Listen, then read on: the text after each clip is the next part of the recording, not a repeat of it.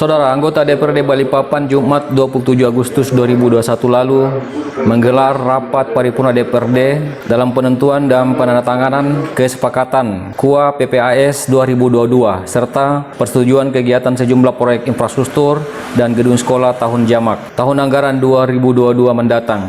Penandatanganan disaksikan Wali Kota Balikpapan Rahmat Masud dan sejumlah unsur Muspida Pemkot Balikpapan di gedung DPRD Kota Balikpapan melalui sambungan virtual.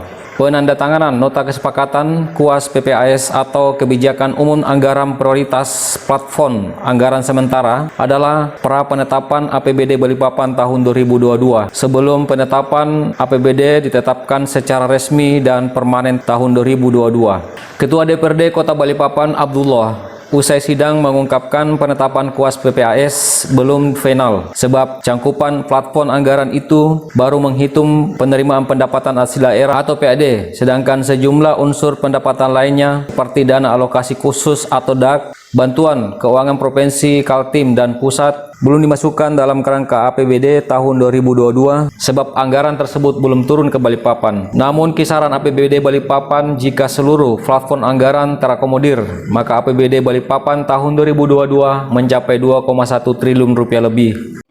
APBD itu, Pak. Jadi kalau bicara total APBD itu terdiri dari PAD, kemudian pendapatan lain-lain dan yang lain-lain termasuk DAK, BenQ, kemudian bantuan pusat itu kan belum turun semua nih.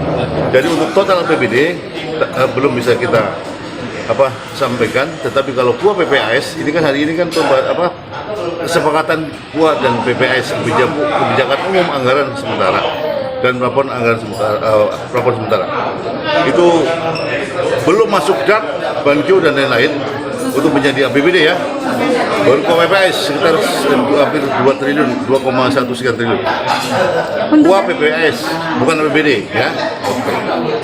Di dalam KUA PPAS setelah disepakati, seiring dengan itu pula kami DPRD dan Wali Kota menyepakati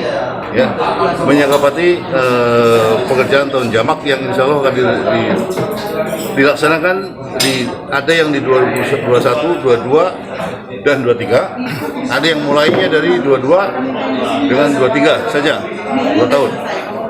Antara lain adalah menyepakati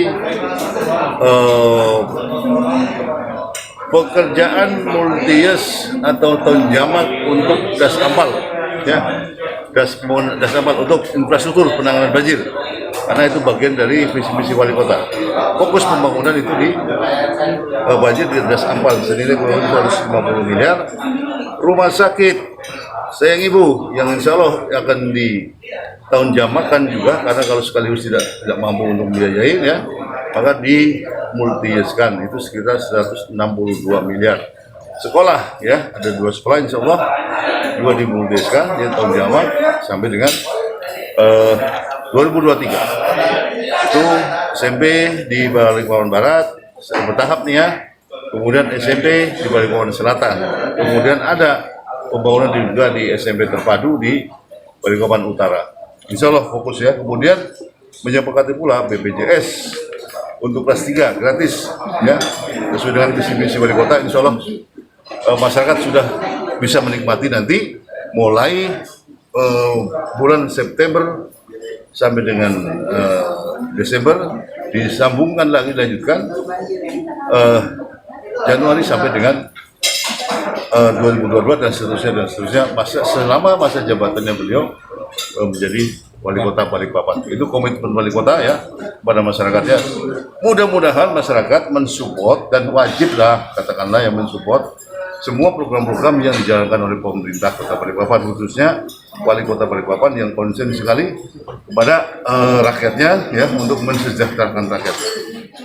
Sementara itu, paripurna DPRD Balikpapan itu juga membahas dan menyepakati pengerjaan sejumlah proyek fisik atau infrastruktur tahun 2022 dengan sistem multi-years atau pengerjaan dalam bentuk tahun jamak. Proyek fisik multi-years tahun 2022 hingga jabatan wali kota berakhir tersebut antara lain proyek penanggulangan banjir daerah aliran sungai atau DAS Ampal senilai 150 miliar rupiah, pengerjaan proyek rumah sakit Sayang Ibu sebesar 162 miliar, dan pembangunan sekolah SLTP di Balikpapan Barat, Balikpapan Selatan senilai 91 miliar rupiah. Selain penetapan soal anggaran dan penerapan pelaksanaan proyek fisik sistem multi-years, Paripurna DPRD Balikpapan itu juga menetapkan peraturan pelayanan BPJS Kesehatan gratis bagi masyarakat. Kebijakan ini merupakan komitmen Wali Kota Balikpapan Rahmat Masud dalam visi misi pemerintahannya.